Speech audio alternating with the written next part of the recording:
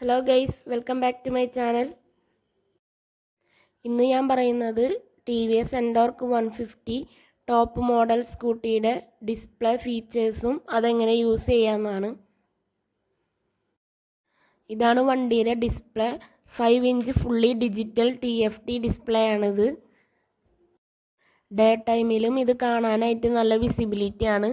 Left handle operate ചെയ്യാനുള്ള സ്വിച്ചൊക്കെ വരുന്നുണ്ട്. ഡിസ്പ്ലേയിൽ ഒരു സ്വിച്ചും വരുന്നില്ല. ഈ സ്വിച്ചുകൾ ഉപയോഗിച്ചാണ് എല്ലാതും കൺട്രോൾ ചെയ്യുന്നത്. ഇതിൽ സെറ്റ് എന്ന ബട്ടൺ ഞെക്കുമ്പോൾ മെനു ഓൺ ആയിട്ട് വരും. അതിൽ അപ്പ് ആൻഡ് ഡൗൺ സ്വിച്ച് വെച്ച് നമുക്ക് ഏതാണ് ആവശ്യമുള്ളതെന്ന് വെച്ചാൽ അത് സെലക്ട് ചെയ്യാൻ പറ്റും. എന്നിട്ട് സെറ്റ് എന്നുള്ള ബട്ടൺ ഞെക്കിയാൽ മതി, അപ്പോൾ അത് സെലക്ട് ആവും. റൈഡ് മോഡിലുള്ള ഓപ്ഷനാണിത്. അത് നമുക്ക് സ്വിച്ച് വെച്ച് മാറ്റാൻ പറ്റും. റണ്ണിങ്ങിലും നമുക്ക് സിമ്പിളായിട്ട് ഇത് മാറ്റാൻ പറ്റും. നെക്സ്റ്റ് ട്രിപ്പ് ഡീറ്റെയിൽസ് ആണ്. ഇതിൽ ട്രിപ്പ് എയും ഉണ്ട്, ട്രിപ്പ് ബിയും ഉണ്ട്. ഇതിൽ നമുക്ക് ഡിസ്റ്റൻസ് ടൈമും ഒക്കെ സെറ്റ് ചെയ്യാനായിട്ട് പറ്റും. നെക്സ്റ്റ് വെഹിക്കിൾ കൺട്രോൾ ആണ്. അതിൽ ട്രാക്ഷൻ കൺട്രോൾ ഓണോ ഓഫ് ആക്കാനുള്ള സ്വിച്ച് ഇതിൽ തന്നെ ഉണ്ട്.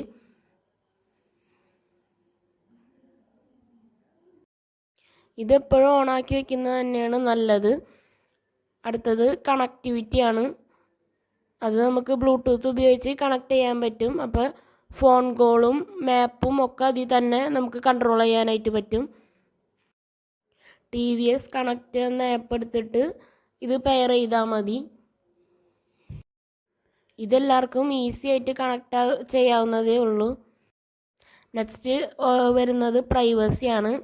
അതിലും 2 ഓപ്ഷൻ വരുന്നുണ്ട്. അത് നിങ്ങൾക്ക് ആവശ്യമുള്ള പോലെ ഓണും ചെയ്യാം ഓഫും ചെയ്യാൻ പറ്റും, ഫോണിലൊക്കെ ഉള്ള പോലെ. പിന്നെ മൈ വെഹിക്കിള്, ഇതിൽ വരുന്നത് സർവീസിൻ്റെ ഡീറ്റെയിൽസും പെർഫോമൻസ് റെക്കോർഡൊക്കെ. സർവീസ് ഞാൻ 500 കിലോമീറ്റർ ആയപ്പോൾ തന്നെ ചെയ്തിട്ടുണ്ടായിരുന്നു. ഇനി നെക്സ്റ്റ് സർവീസ് വരുന്നത് 5500 കിലോമീറ്ററിൽ അല്ലെങ്കിൽ 6 മന്ത് ആവും. ഇപ്പോൾ 1055 കിലോമീറ്റർ ആയിട്ടുള്ളൂ. അടുത്തത് പെർഫോമൻസ് റെക്കോർഡാണ്. ഇതിൽ നമ്മൾ ഓടിച്ച ടോപ്പ് സ്പീഡും ആവറേജ് സ്പീഡും ഒക്കെ കാണിക്കും. അടുത്തത് സോഫ്റ്റ്വെയറിൻ്റെ. അതിനെപ്പറ്റി എനിക്ക് വലിയ ധാരണയില്ല, അത് കമ്പനി ആയിരിക്കും ചെയ്യുന്നത്. അടുത്തത് ഡിസ്പ്ലേ സെറ്റപ്പ് ആണ്. അതിൽ കസ്റ്റം വിഡ്ജറ്റിൽ നമുക്ക് അഡ്ജസ്റ്റ് ചെയ്യാനായിട്ട് പറ്റും. വിഡ്ജറ്റ് 1, 2, 3 അങ്ങനെയുണ്ട്. പിന്നെ ഡിസ്പ്ലേ ബ്രൈറ്റ്നസ്, അത് നമുക്ക് ഓട്ടോ അഡ്ജസ്റ്റ് ചെയ്യാനായിട്ട് പറ്റും. അപ്പോൾ ബ്രൈറ്റ്നസ് ഓട്ടോമാറ്റിക്കായിട്ട് അഡ്ജസ്റ്റ് ആയിക്കൊണ്ടിരിക്കും. അടുത്തത് ഡിസ്പ്ലേ തീമാണ്.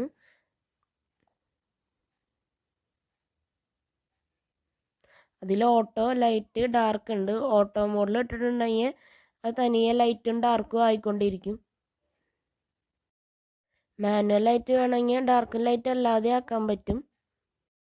അടുത്തത് ഹൈ സ്പീഡ് അലേർട്ട്. അതിൽ നമ്മൾ സ്പീഡ് സെറ്റ് ചെയ്തിട്ടുണ്ടെങ്കിൽ ആ സ്പീഡാകുമ്പോൾ താനേ അതിൽ അലേർട്ട് കേൾക്കും.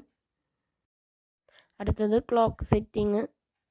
അതിൽ ഓട്ടോ സിങ്കിൽ മൊബൈൽ കണക്ട് ചെയ്യുമ്പോൾ തന്നെ സമയമൊക്കെ അതിൽ വരും. അല്ലാന്നുണ്ടെങ്കിൽ നമുക്ക് മാനുവൽ ലൈറ്റ് സെറ്റ് ചെയ്യാനും പറ്റും. ഇതൊക്കെയാണ് ഇതിൻ്റെ ഫീച്ചേഴ്സ്. എല്ലാവർക്കും ഇതൊക്കെ സിമ്പിളായിട്ട് ഓപ്പറേറ്റ് ചെയ്യാൻ പറ്റും. TVS കണക്ട് എന്ന ആപ്പിൽ ഇതിൻ്റെ എല്ലാ നോട്ടിഫിക്കേഷനും വരുന്നതാണ്. അതായത് ലോ ഫ്യൂവൽ, സ്റ്റാർട്ട് സ്റ്റോപ്പ്, പിന്നെ ലൊക്കേഷൻ എല്ലാം നമുക്ക് മൊബൈലിൽ കൂടെ തന്നെ അറിയാൻ പറ്റും നോട്ടിഫിക്കേഷൻ വരുമ്പോൾ. ഈ ഡിസ്പ്ലേയിൽ ഒരു സ്ക്രീൻ ഗാർഡ് ഞാൻ ഒട്ടിച്ചിട്ടുണ്ട്. അത് ഫ്ലിപ്കാർട്ടിൽ ആമസോണിലൊക്കെ കിട്ടും. നോർമൽ കൂളിംഗ് പേപ്പറൊന്നും വാങ്ങി ഈ സ്ക്രീനിൽ ഒട്ടിക്കരുത്. അപ്പോൾ അതിൻ്റെ പശ പിടിച്ചിട്ട് സ്ക്രീൻ ഡാമേജ് ആവാനുള്ള സാധ്യതയുണ്ട്. ഈ ഡിസ്പ്ലേ വാട്ടർ പ്രൂഫാണ്. ഞാൻ മഴയത്തും വെയിലത്തൊക്കെ വെക്കാറുണ്ട്. ഇതുവരെയായിട്ടൊരു കുഴപ്പങ്ങളും വന്നിട്ടില്ല.